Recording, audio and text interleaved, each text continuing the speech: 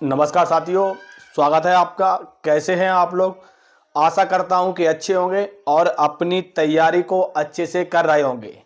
RPF constable 4208 भर्ती 2024 और 25 आज जो आपका एग्ज़ाम था वो आपका फर्स्ट शिफ्ट का एग्ज़ाम हो चुका है।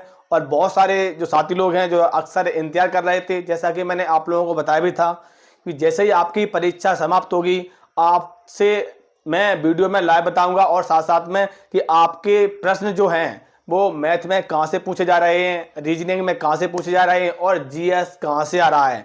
क्योंकि बहुत सारे बच्चे थे जिन्होंने फर्स्ट मीटिंग में पेपर देने के बाद हमसे बात भी हुई है, अब आप समझ लीजिए। लेकिन सबसे बड़ी गलती जो कि मैं आप लोगों को 3 और 4 दिन से लगातार वीडियो के माध्यम से भी बता रहा था कि आप इस गलती से बच कर रहे हैं, लेकिन बहुत से बच्चों ने इस गलती को फिर से रिपीट किया।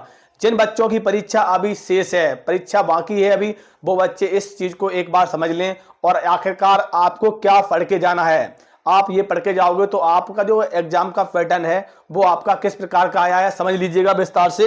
देखो, आरपीएफ कांस्टेबल आपकी, जैसे कि मैंने आपको पहले बताया था कि आपकी 9 बजे से आपकी परीक्षा थी, स्टार्ट थी। एंट्री आपकी 8 बजे से स्टार्ट हो गई थी, 9 बजे से आपकी परीक्षा स्टार्ट थी, जिसमें एनालाइज के बारे में समझ लीजिए। एनालाइज पहले मैं आपको बताना चाहूंगा कि आपको रीजनिंग के बारे में, ठीक है, रीजनिंग के बारे में आपकी जो सिटिंग अरेंजमेंट है उससे आपके 5 से 6 क्वेश्चन आ रहे हैं, 5 से 6 क्वेश्चन, ठीक है। उसके बाद जो आपका मैथ की बात की जाए, तो आपके एलसीएम एससीएम होते हैं, वहां से आपके 2 से 3 प्रश्न आ रहे हैं। चक्रवृद्धि ब्याज का आपका प्रश्न आ रहा है और रेलगाड़ी से संबंधित आपके प्रश्न आ रहे हैं, ठीक है। तो आपका रीजनिंग और मैथ आपका, जैसा कि मैंने आप लोगों को पूर्व में बताया था, मैंने आप लोगों को पहले ही बताया था कि आप रीजनिंग और मैथ आपका ज्यादा हार्ड नहीं आता है। एग्जाम का जो आपका पैटर्न है वो आपका पैटर्न जो पहले आया था ना, आप देखो हार्ड है और ना इजी है। आपका जो पैटर्न है वो आपका बीच का पैटर्न आया है। और सबसे बड़ी गलती, देखो सबसे बड़ी गलती क्या हुई है वो बताऊंगा।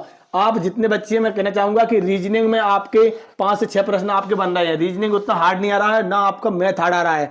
सिर्फ हार्ड आपका क्या आ रहा है, हार्ड आपका आ रहा है थोड़ा बहुत जो बच्चों को समझ में नहीं आ रहा है, जीएस में आपसे क्या पूछा जा रहा है, करंट अफेयर्स के प्रश्न देख लीजिए। करंट अफेयर्स के प्रश्न आपके 2023 के आ रहे हैं और 2024 के आ रहे हैं। 2025 से एक भी प्रश्न नहीं है, 2022 से नहीं प्रश्न है, तो 2021 से प्रश्न नहीं है। सिर्फ आपको 2023 और 2024 2 वर्ष का आपसे करंट अफेयर्स पूछा जा रहा है। और कुल आपके करंट अफेयर्स के प्रश्न है वो आपके 4 से 5 प्रश्न बन रहे हैं, जो कि मैं आप लोगों ने देखा होगा पुराने वीडियो, जितने भी हमारे वीडियो डले हुए हैं, मैंने आपको वीडियो के माध्यम से भी समझाया था कि आपके करंट अफेयर्स के जो प्रश्न हैं वो आपके 4 से 5 प्रश्न आ रहे हैं, ठीक है। मैथ आपका इजी आ रहा है, आपका रीजनिंग इजी आ रहा है। अब आपका सबसे बड़ी गलती की है वो एक बार समझ लीजिए। सबसे बड़ी गलती किसमें की बच्चों ने, और मैंने आप लोगों को कल और परसों 2 दिन के वीडियो के माध्यम से बताया था कि आप लोगों ने सबसे बड़ी गलती करोगे जाके आप एग्जाम सेंटर पर, और वही आपको देखने को मिल रहा है। जैसा कि मैंने, हमारे साथ बहुत सारे बच्चे जुड़े हुए हैं, बहुत सारे बच्चों के हमारे पास नंबर है, तो मैंने जैसे उनकी परीक्षा समाप्त हुई, परीक्षा समाप्त होने के बाद मैंने उनसे बात की कि आपने किस प्रकार से, बहुत से बच्चों ने कहा है, जैसा कि मैंने आप लोगों को पूरे बताया था कि 120 प्रश्न है, आखिरी के 120 प्रश्न हैं, 90 मिनट हैं, और आपको विशेष करके इसी चीज को ध्यान में रखना है जो कि आप लोगों ने नहीं रखा है। मैं जिन बच्चों की परीक्षा शेष है मैं उनसे कहना चाहूंगा कि आप इस चीज को एक बार अच्छे से याद कर लीजिए, क्योंकि बहुत से बच्चे क्या है, मैंने देखा है जिन बच्चों से बात की कि मैथ में ही मैं उलझा रहा, हम मैथ में ही उलझे रहे और हमारा लगभग 30 से 40 मिनट मैथ में ही खर्च हो गया, 30 से 40 मिनट आपका मैथ में ही खर्च हो गया।